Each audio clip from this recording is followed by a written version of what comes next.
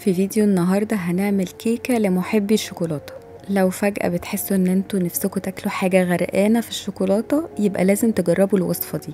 سهلة وبسيطة ومقاديرها دايما موجودة في البيت، مش هنستخدم فيها كريمة ولا شوكولاتة وهتديكوا طعم خطير.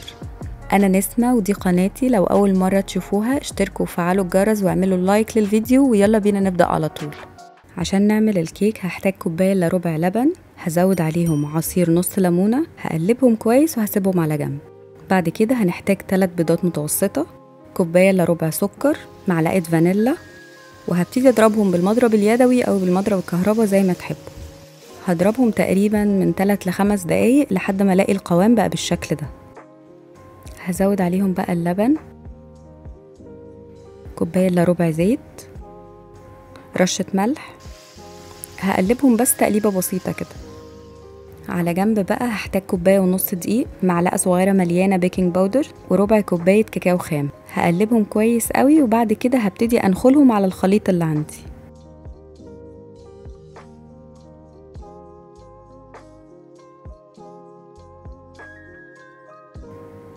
هنقلب كويس لحد ما الدقيق يختفي. بصوا قوام الكيكة دي بيبقى سايل شوية عشان نسبة السوائل فيها عالية، ده بيخلي الكيكة طرية قوي في الاخر. هو ده القوام المظبوط ليها. هنقلها بس في حاجة عشان اعرف اصبها في القوالب. عشان نعمل الكيكة دي ممكن نعملها في كذا قالب.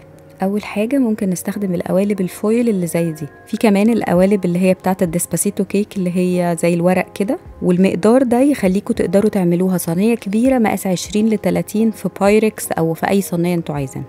هبتدي اوزع خليط الكيك كده لحد نص القالب. هندخلها فرن سخن مسبقا على درجة حرارة 180، بتاخد بالظبط 20 دقيقة. في الوقت ده تعالوا نعمل صوص الشوكولاتة. هحتاج 3 معالق كبار نشا، معلقتين كبار دقيق، كوباية سكر، نص كوباية كاكاو خام، معلقة فانيلا، وهزود عليهم لتر حليب.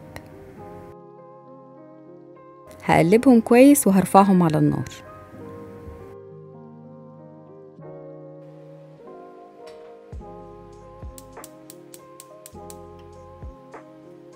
مش هنسيبه كده على النار، هنفضل نقلب لحد ما يبتدي يتقل ويوصل للقوام ده. هرفعه من على النار وهو سخن كده، هزود عليه معلقة كبيرة زبدة، هقلبها لحد ما الزبدة تدوب. في المرحلة دي تقدروا تزودوا شوكولاتة، مثلا 100 جرام شوكولاتة أي نوع بتحبوه. النهاردة أنا هعملها من غير حاجة خالص، وبجد طعمها خطير وطعم الشوكولاتة واضح فيها جدا. بعد ما نقلب فيها الزبدة هتلاقوا الصوص ناعم قوي وبقى بيلمع بالشكل ده. شايفين شكله رهيب أصلا. تقدروا تستخدموا الصوص ده لأي حلويات انتوا عايزينها. هنقله في بولة وهغطي الوش كويس قوي كده عشان مش عايزاه يعمل قشرة. هدخله التلاجة لحد ما الكيك يستوي. بعد ما يبرد شوية في التلاجة هبتدي أضربه بالمضرب بالشكل ده عشان الصوص يفك ويبقى ناعم معانا واحنا بنوزعه على الكيك.